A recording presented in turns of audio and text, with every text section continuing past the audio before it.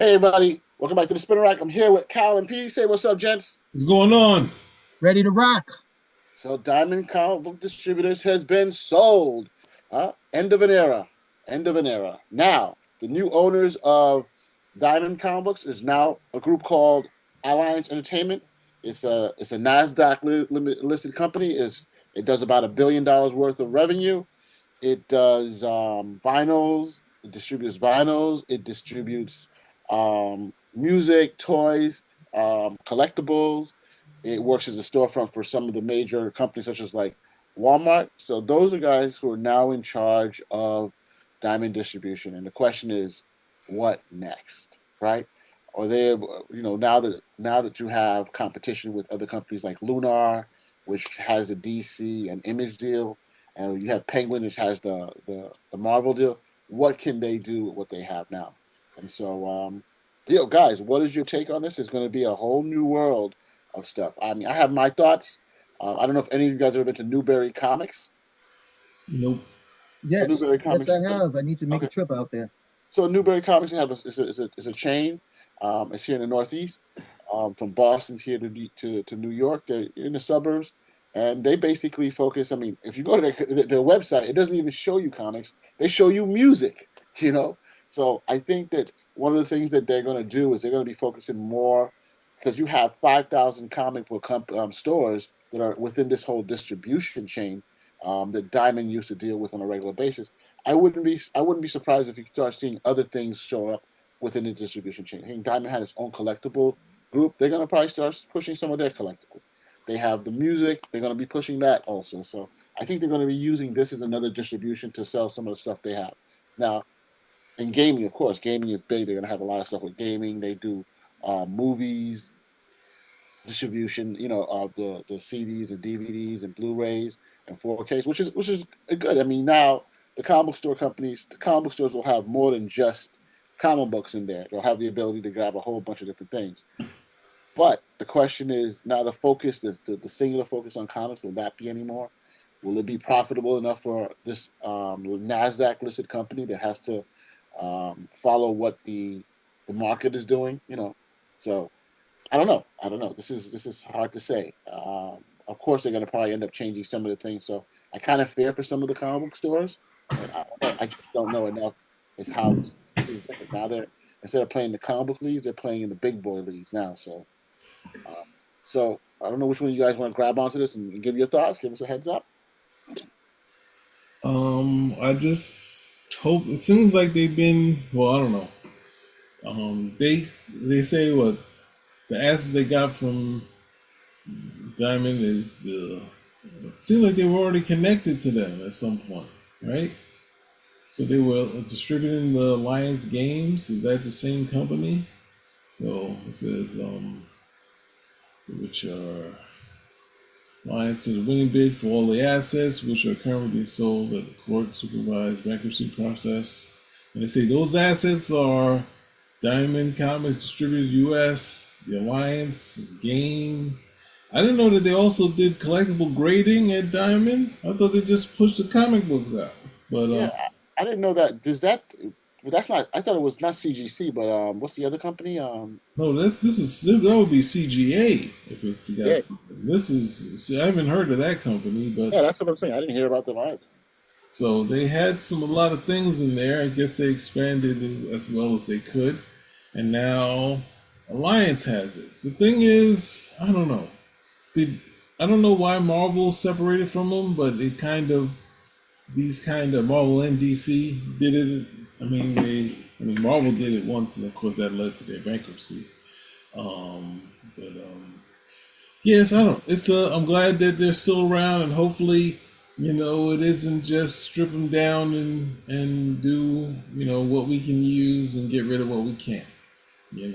Whatever they feel is. I mean, it's a distribution thing, so as long as the comic book companies are still producing comic books, it just would be better if Marvel and DC was still involved with Diamond, which I still kind of feel like Marvel, DC, and Image were the ones kind of, smacking Diamond around all those years. Then they're the ones that were left, so it kind of feels sad that Marvel left them and DC left them, because ultimately they let them down again. So, it's but I'm glad they got picked up, and hopefully this isn't just strip the assets. But it seems like they're already connected because they have some sort of alliance game distributor. They're already going. They had a portion of their company in there, so hopefully that's a good thing. I think the game distribution company was theirs, and it's just diamonds, and it was pretty profitable. And I think that's what people are. That's one of the reasons they wanted a piece of that. According to the guy who he said he didn't even know about it until he was like at a conference, and they're like, "Hey, what do you think about Diamond B?" So he's like, "What? Didn't know that?" You know what I'm trying to say? Yeah. But at the same time, Image is objecting to the merger, saying that you know what they're getting. I think even though they moved on to Lunar, they had a international distribution agreement with them. You know, Mm-hmm. I think Canada and UK or wherever else they had it, and that not only did they have, I guess, inventory or something from them, but they also owe them money for that, and they haven't been giving them reports of what's been going on with sales either. So it's pretty interesting. You think you're gonna get some money after, Bankrupt company, bankruptcy right? sale? That's usually all bets are off. Yeah, but they're buying it seems like 45 million dollars, right? They have a $120 million revolving line of credit, and they're going to increase it to 160. So they're going to use, I guess, portion of that 40 million or what to cover stuff. But it's I don't. The only thing is like, does this mean that they're much more higher value added? Like when you go to Newberry Comics, and I'm sorry, I'm not picking on Newberry it's just that it, I've been there a couple of times. It always shocks me that there's such a big portion for like music, right? They have cassette players, they have um, um, vinyl players, right? Um, and comics are there, but it's like on the website, it doesn't even talk about the comics. You know, they're like, this is what's profitable for us, and this is what we're going to push, and nothing else. What's your take, Cal? The first time I heard about Newberry Comics, somebody recommended it to me, and I went there and I was like, "Hey, there's a." I was like, "Where are the comic books?" Well, Go there, there's like the comic books are all the way. This is I've been to more than one, but Yeah, the comic books are like all the way in the back. They're not really bagged or anything. They're just kind of there, and but they got everything else in it. They definitely have records. They have Funko Pops, all these other toys. But when I go, I realized that they usually have a pretty good selection of trade paperbacks and omnibuses. So you can actually, if you're looking for something, you might be able to find it there. Sometimes you can find it at a discount. I've noticed that from time to time. In terms of the diamond acquisition, however, I'm really not sure about this because usually when they come in, there's a new business model. They think they know better than the last guy. They slash a whole bunch of things. But for the most part, Diamond was the guy. This was the company that got the comic books out on time. One of the reasons why Diamond became the main distributor is because we had various distributors and it wasn't happening. Everything got rolled into Diamond, and Diamond's got the comic books out on time. Not just the comics, but everything else they solicited. Uh, you know, the toys, the paraphernalia, tchotchkes that went along with it. All of these things got out on time. Unfortunately, they're going to be changing hands.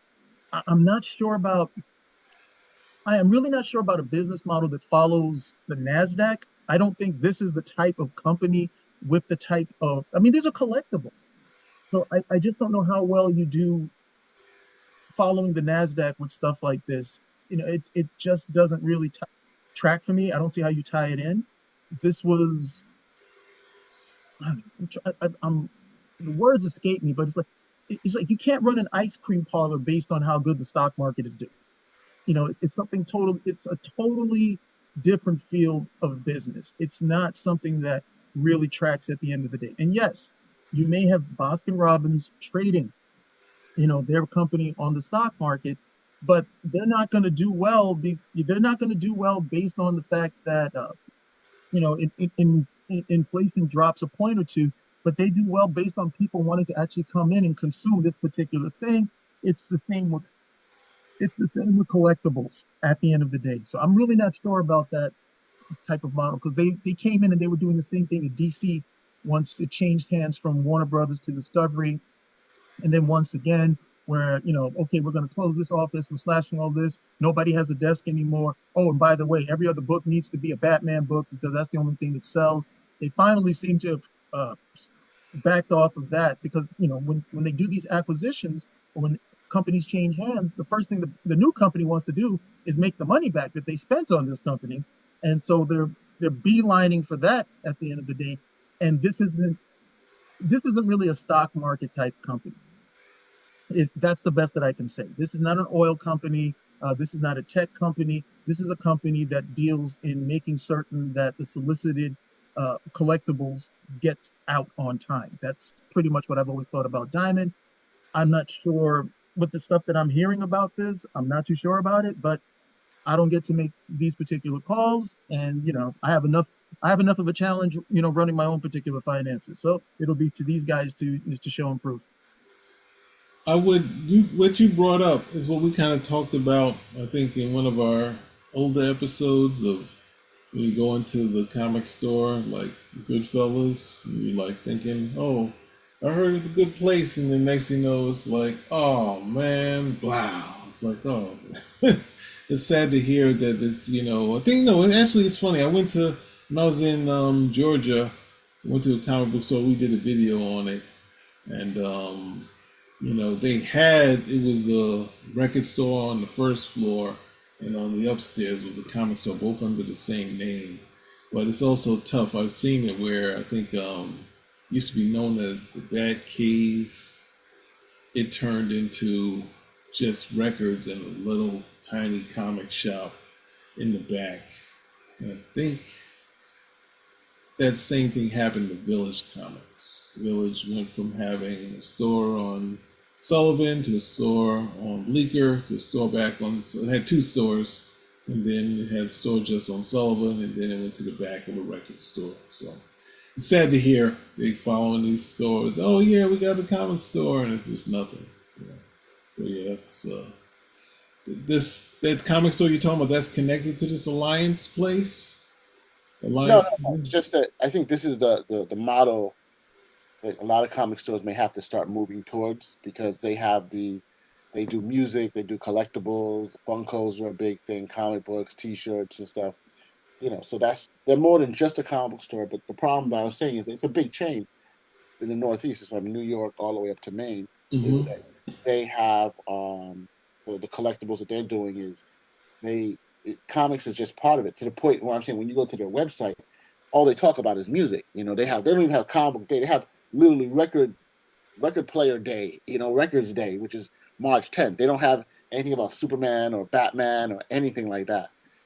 So you miss out on that audience. And every time I've gone, you have some people buying comics, but you also have people buying music. So, not necessarily the same people, but I guess they're looking at it as more as a collectible store, and they're probably saying, hey, there's 5,000 retailers. Probably we can do something with that. Probably we can push on music, because they have music, they have videos, they have Funko, they have video games, they have, pushing those are all physical assets and pushing them through the stores.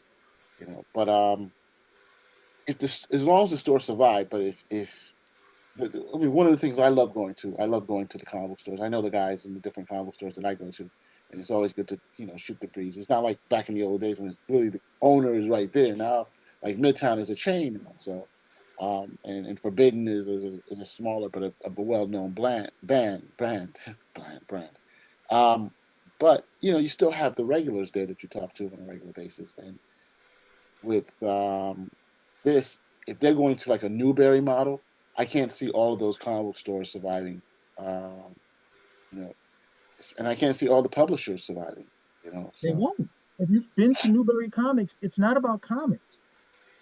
It's literally, it's a smorgasbord of collectible stuff. Where a comic book store is primarily comic books, with some other stuff on the side, if you will. But you guys remember Bulletproof Comics, right? Yeah.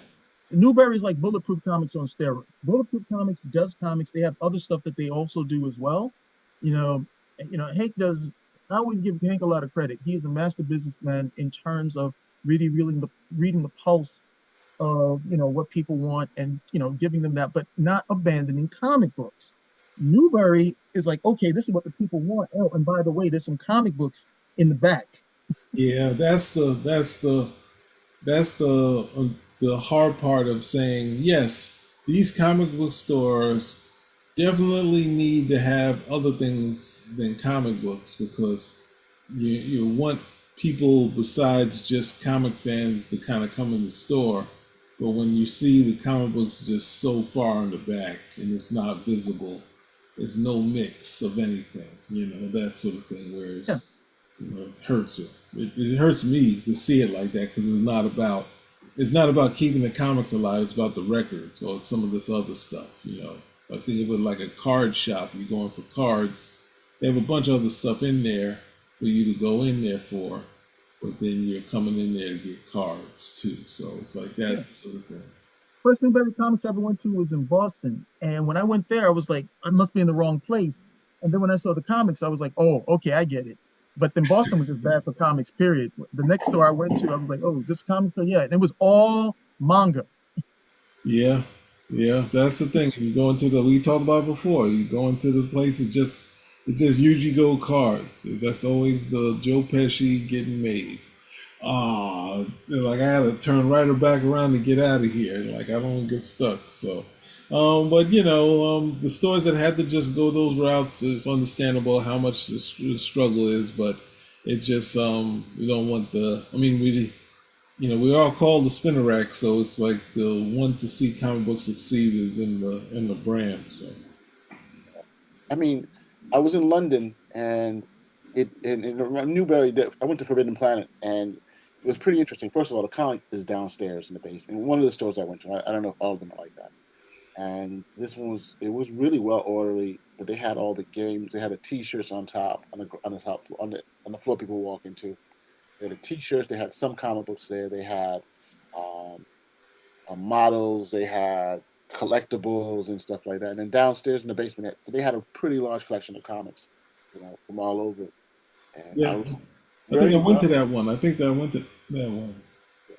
It was well taken care of, but in order for you to do a big business nowadays, it seems as though you have to probably put different collectibles to balance your stuff. I mean, and unfortunately, when I was talking to some of the people there, whoever I talked to, they really didn't know anything about the comics, and that also happened with the Newberry people that I saw, and not in all the stores. Like one of the stores, they knew the stuff pretty well. Back then, they knew what was going on, but there was one guy, like one Newberry, they didn't know anything. They were like, I don't really know. It's just whatever you can find, you know.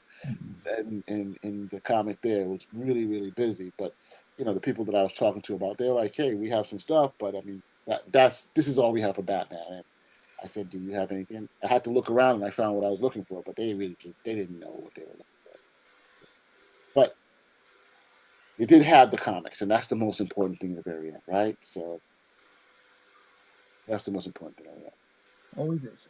Yeah, So again, it's just my fear of. And another thing was books. They had a lot of books. They had Harry Potter was a big thing. They had Star Trek. They broke it down. They were having events too.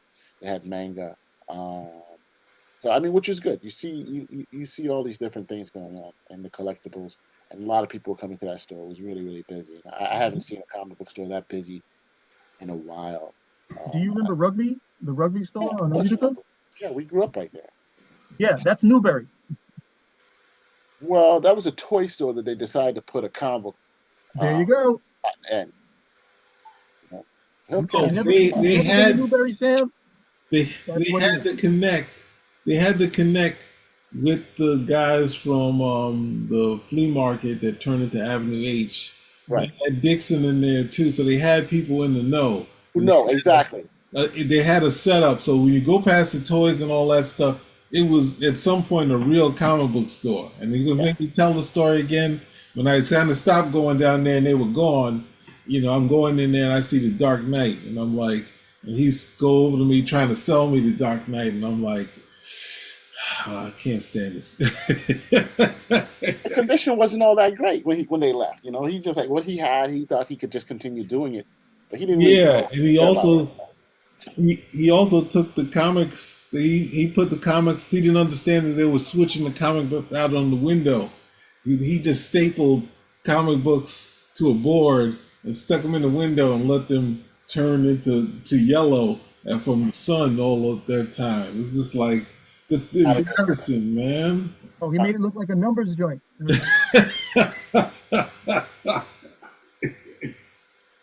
Yo, that dude, man, I just like. What's his name? Sam, I think it was. Don't say that. Why would you say that? I'm just saying. Make up a new name, even if it was that. Don't use Okay, my name. his name was Jack. Who knows? Don't We you used to go there and buy a whole bunch of toys. I remember back then, but and I remember when they opened up the comic book store, I was like, "Wow, this is great." And then when they left, I'm like, "What happened?" And he's like, "No, don't worry. Here, take this." I'm like, Yep, that was him. "Oh, just And I'm like, "Is this the latest one?" Then we used to go down to the corner. I used to find newer comics on the bodega at the corner. Yeah, I used to go to the newsstand And I'm all the like, time too. I there's used no to point go going to there. this guy. He's ordering whatever the hell he's ordering, and you go to the corner and it's there. So come on. I could reuld at that place the Oh book yeah, yeah, all day, all that's right. day. Yeah, we used to get upset when you read. You're like, what?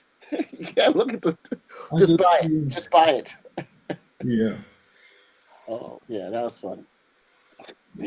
Oh yeah. So hey guys. Yeah. So basically, it looks as though it's a wait and see approach onto this whole Diamond Comics approach. I mean, we're hoping it doesn't really affect the small comic stores, but in reality, it looks as though it is. And we hope, and the publishers, Image is definitely pushing back. But you know, Cal pointed out that what can when you have DC and Marvel leave, this was just writing on the wall, right? Yep.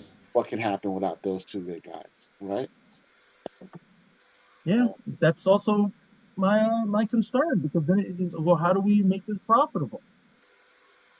Yep. And then you start doing stuff where, hey, the function of this was, it was profitable doing this. Well, okay, well, we're missing two of the big players. We're not doing anything to try to attract them back. We're just going to try to, remain, keep profitability. Well, what are you going to do? Well, no, you're right. You're 100% right. What are you going to do? If you don't do something, But I mean, there's been such a contraction in the amount of comic book stores, and I know this is going to push it even more, and the publishers. I mean, or probably this is going to do something too. I know in Korea it's really big with the webtoons and stuff. People have gone online, and that's probably what's going to be the next thing. They're just going to the new publishers are going to say, hey, if you really want to watch our stuff and read our stuff and pay us, go online to go see the stuff. I don't know. The American model just doesn't work like that. I've heard these guys rag about, oh, look, manga's selling this, that, and the other, so on and so forth. And manga is manga, and American comics are American comics. They really don't over, aside of them both being comic books, they just don't overlap. Their models don't tend to work. And, I've said it before that you need to get new blood in terms of kids reading. I don't know if webtoons get them reading. I don't know if webtoons get them reading the comic books, to be quite honest. I do know that cartoons can help.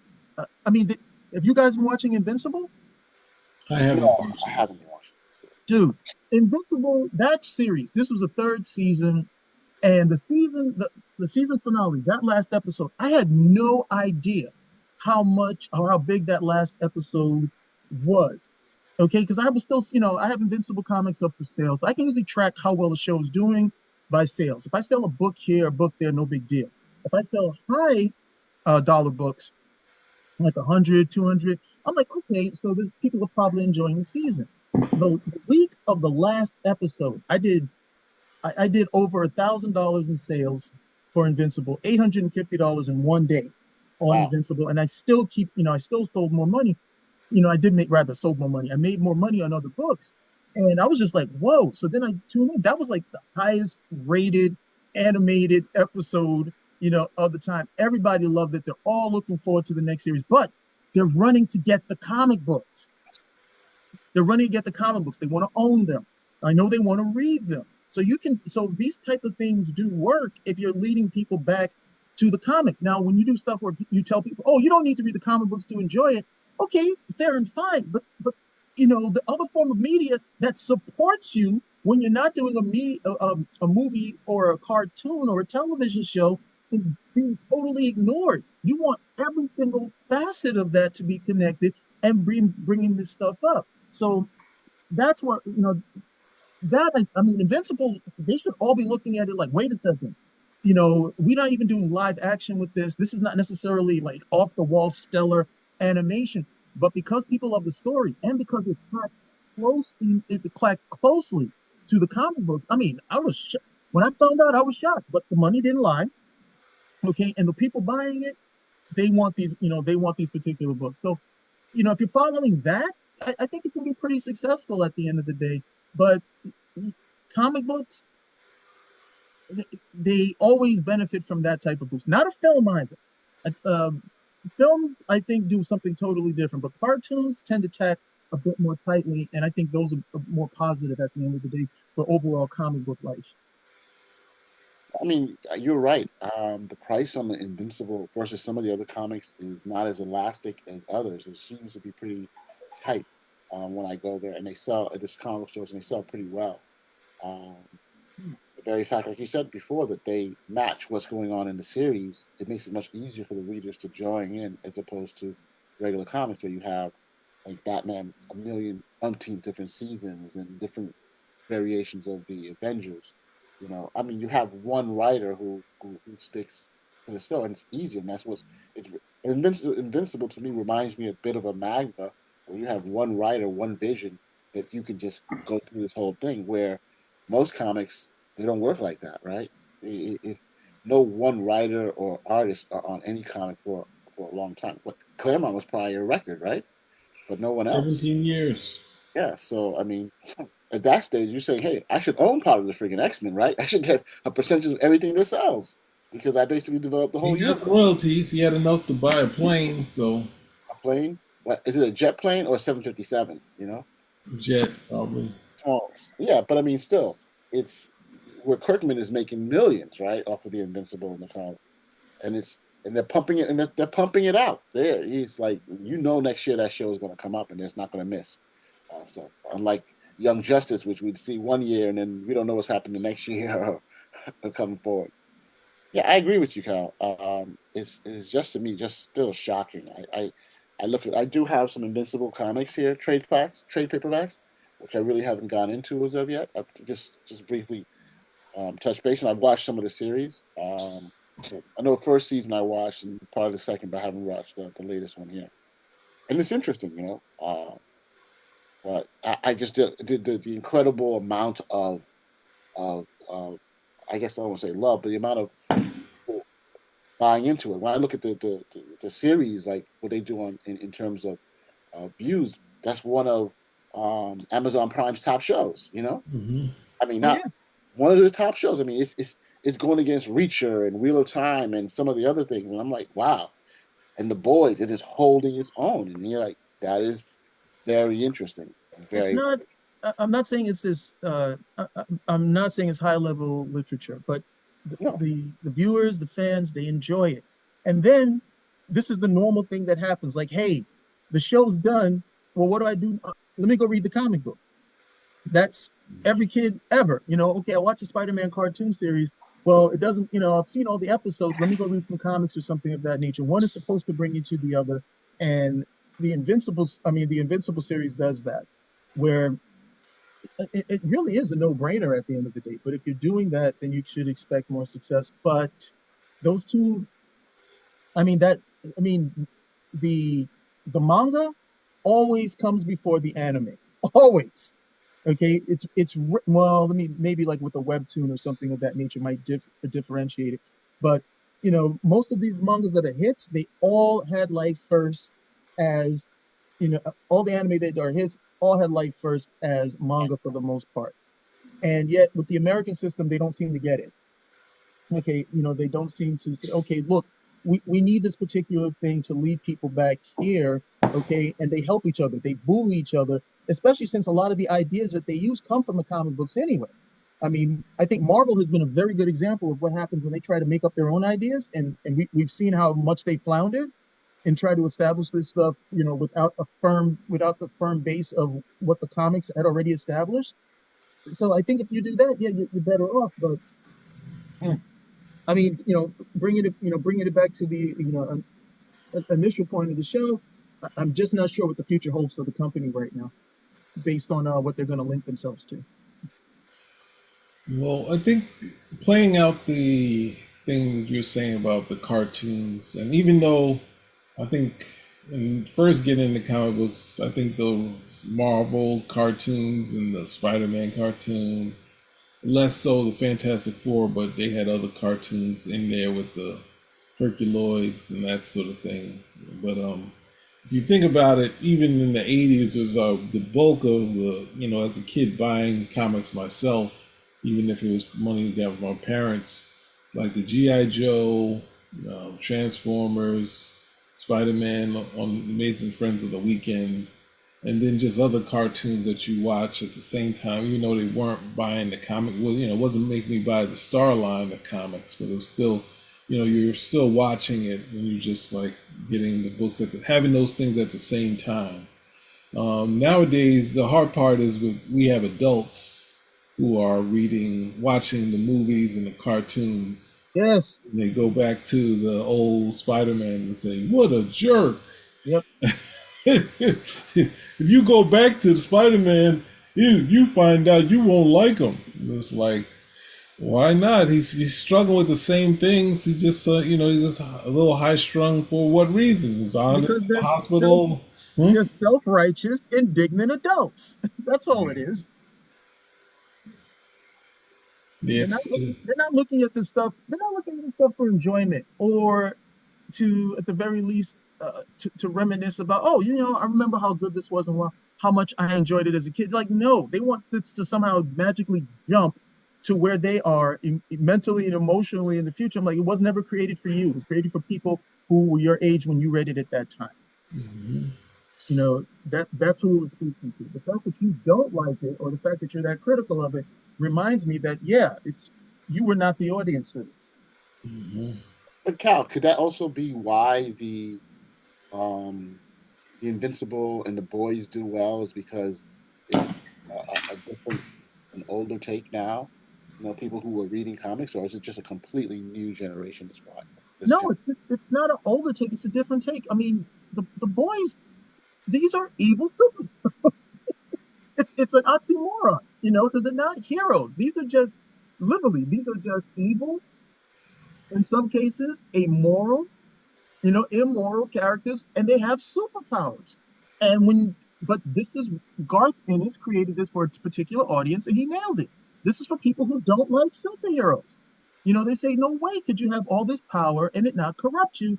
And Garth Ennis from the first issue shows, hey, look, these guys are all corrupt. And those people who buy that, they're into it. They like it. Fair enough. You're hitting your target audience. Invincible is not as bad as the Boys, but it's similar in that, hey, these are not superheroes. These are superhumans. And when you get power, you got to learn. You got to make mistakes. You may kill a couple of people along the way, and then you realize how bad it is, and you go over. I mean, the season that just finished, Mark had to deal with the fact that these doppelgangers of his came to Earth and just wrecked shop all over the planet. Okay, and he was helping with the cleanup, and he was so, he was very unhappy that it was guys who looked like him, and he's going to be tied to this forever. Okay, this Viltrumite named Conquest shows up, and the first thing Mark said, I've been waiting at hit something as hard as I can. And I'm like, dude, didn't you just say you were, bummed by all the damage? And now you're going to just start another fight in the city? So these guys right over here are not superheroes in the DC comic sense. But they're hitting their target audience. And the target audience is not necessarily people who are older, okay? But it's people who are like, no, this is what I think of when I think of superheroes. I don't think of altruism. I don't think of self-sacrifice. I don't think of suffering servants. I think of people over here, they got this power, and this is how it's supposed to play out. And they're hitting that. They're 100% hitting that. If I'm supposed to believe guys now who said when they were kids, they would read stuff like, they would read Superman or Spider-Man and like, I don't believe any of this stuff. None of that stuff ever spoke to me. Okay, well, which character did you like? I like the Punisher. I like the guy who's shooting up people. Well, that's for them. This is for them at the end of the day. So, you're just hitting your target audience. It's not older or even better. It's just like, who's this? And I've said it before. Who is the target audience? Well, it's a bullseye every single time with these shows, with those two shows, The Boys And the boys also gives you that that gross out humor. You know, they give you that type of stuff, and the guy's getting strangled by the dude with the long penis. You know, like, ah, you know, it gives you that type of stuff. It gives you that type of stuff too. Okay. And Invincible gives you the what is it like I don't want to say splatter, but you know, it gives you like what is it? They punch people in the head and the brain tears the jelly. You know, it gives you that like almost like goosebumps type stuff that you know boys like.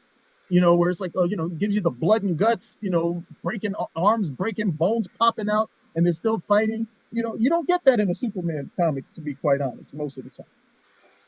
Well, it's funny. This is my last point. Is you've been bringing about cartoons. It's funny you give.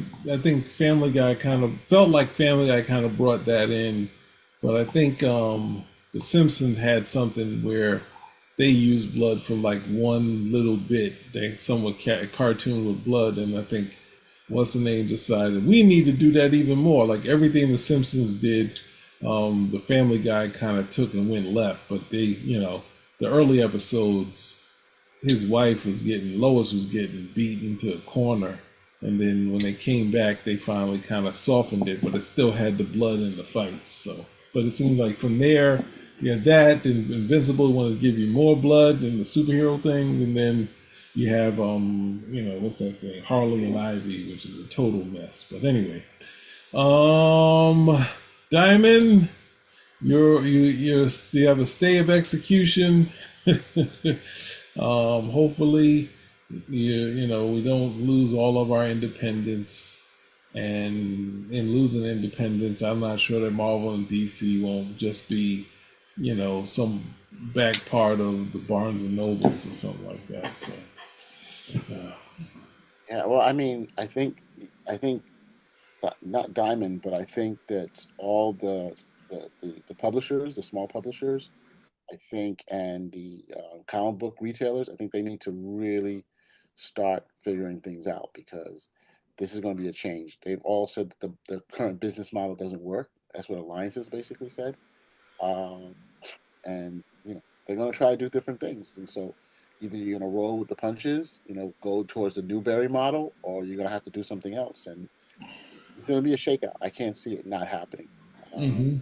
and I bought from a lot of small publishers over the years, but it's going to be a shakeout. And those who you're going to have to be flexible. You're going to have to be willing to change. Yeah. I figure if they can't put them in the stores, or for any reason stores just say, hey, look, you know, it's not tenable anymore. It just goes online. That's what a lot of sales are happening. You have stores like, I mean, you still have stores there like Midtown Comics because they do a good amount of business on tourism as well. Yeah. But you know, I haven't. I used to run every first it was every Friday, and then every Wednesday to try to get comics, and I was getting there, and the books were sold out. And I was like, how are these books sold out? And I'm the first person in the store. Oh, somebody else pre-ordered this. And after a while, it just became exhausting. And I said, I can't. I mean, I enjoyed doing it. I loved doing it, but I said, I can't get the books. So I just started ordering everything online. I haven't set foot in a comic book store in years to just pick up the regular weekly books at the end of the day because it's not only is it cheaper online, it's delivered to me, and I don't have to worry that hey, I don't have to have that anxiety, if you will, of like, I hope I get there first. I hope the books are still there. And then when you get there, it's like, what do you mean? They're all gone. Oh, they were all, our pre-orders came first and this, that, and the other. Like, no, so I don't have to be bothered with that. So if it happens, I think even with the smaller publishers, it'll just become like more online business. I don't think they'll go away, but there's always going to be a space for them online. It's just a matter of how do you get to market this stuff? That I think would definitely have to be tinkered around with. But I don't see them going away, but they would just probably go someplace else to be sold. Yeah. I know. I know. So I mean, hey, I'm hoping everything works out. Hey, we will support. Hey, if you are a small publisher or comic book store, reach out to us and we'll definitely highlight you. We hope you guys do the best. We hope to support you guys through as best as we can through this. Okay. So any more things, guys? Oh, no, I think I went longer than I should have. I don't think we should have. I think we really hit a pretty good thing here. Spinner Rack, if you like what you hear, give us a comment, subscribe. Spinner rack is Out. Out. out.